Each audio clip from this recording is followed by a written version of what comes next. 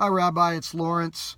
I'm going to show you how the mechanics of the double fold brochure is going to look. Ultimately, I'm going to show you the mechanics of the brochure, how it's going to reveal and tell the story, and I'll show you how you can fold it once you pull it off the printer so you get an idea of what you're looking at in flat form, how it folds together. So ultimately, when the client is going to receive this brochure, they're going to open up the envelope and pull this out, and you're going to see, let us tell you a story, as we talked about, and then there'll be a picture, hands, symphony, something will be here on the front.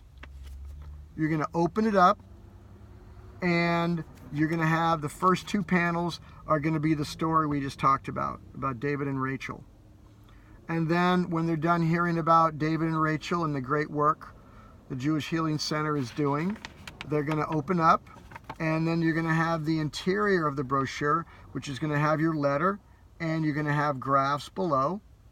And so this is what they're going to see. Ultimately, the other part of the panel is when you turn it around, there is a call to action or a quote here that's going to a number of ways to sort of put a bow or sprinkle a highlight of what you offer with your services. A quote, something along the lines that punctuates what you do. So let's talk about this as in what the heck this brochure is when it comes off the printer. This is called the double fold brochure, and the size is going to be 8.5 by 14. And so ultimately what you find is you're probably getting two pieces of paper. One is the letter, and one is the story. And ultimately what happens is they are kind of, one is upside down, one is right side up, and they are going to be, let me see if I got this right so to do the story correctly. So ultimately, once they pull together, the story is going to be right side up, and you're going to take the letter and you're going to turn that upside down, and you're going to put it back to back.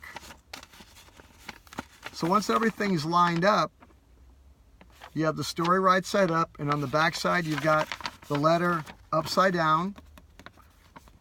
This is how everything is going to work out.